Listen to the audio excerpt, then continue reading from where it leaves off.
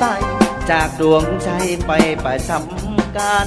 หน้าที่อายเป็นทหารรักษานำขันเขตน้ำแดนดินไปอยู่สายแดนรักษาขีดแฟนที่อยู่หากินบ่ให้ไผมาดูหมิ่น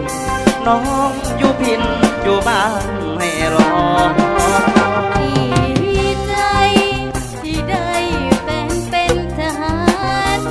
น้องอยู่ทั้งบ้านอย่าประสานเวียกงานตั้งต่อโอ้ยเป็นแม่บ้านสาหรือนานน้องก็จะรอมีอายคนเดียวนี่เนาะอย่าแต่พ่อทุนหัวเปลี่ยนใจลม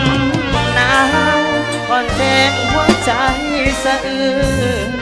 นอนกอดกับปืนบ่สดชื่นเหมือนกอดควันชายเมื่อยามกินข้าว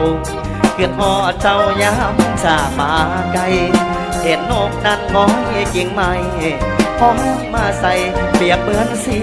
ยงดาผู้หญิงฮักจริงคือใส่กาหารฮักสาดรักนักบ้านเขตสถานจุงเพียงผู้ดอยเหตุการณ์ใดไอ้อย่าได้มีใจท้อถอยน้องนี้ก็เอาใจใส่จะโลกคอยแต่ผู้สายจะให้น้องเอ๋ยขอเอ่ยคำว่าขอลาไทยเดือนเด้อให้อายมาน้องสิทายอายมาไวอายไปเพื่อสาน้องก็หักษาเหนือสิ่งใดหาเขาคนสุขสมใจเพื่อสาเราได้พุ่งเรื่องชา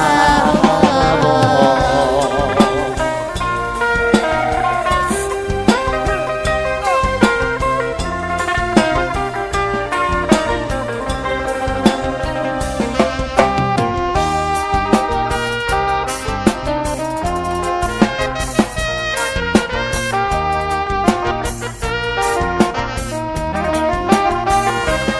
ลม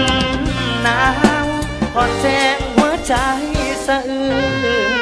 นอนกอดกับปืนปอดสดชื่นเหมือนกอดควันชายเมื่อยามกินข้าวเกิดทอดเจ้ายามจากมาไกลเห็นนกนั้นง้อยกิ่งไม้ห้องมาใส่เปียกเปื้อนเสียงดาผู้หญิงฮักจริงคือใส่กาหารฮักษาจากเมืองฮักบ้านเขตสถานทุ่งเพียงผู้ดอยเหตุการณ์ใดไอ้อย่าได้มีใจท้อถอยน้องนี้ขอเอาใจใส่จะลูกคอยแต่ผู้สายจะให้น้องเอ๋ยขอเอ่ยคำว่าขอลาเดือนเด้อให้อายมาน้องสิทายอายมาไวอายไปให้เพื่อสาก็หักษาเหนือสิ่ง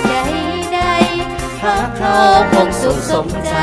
เพื่อสาเราได้คงเรื่องชาโบ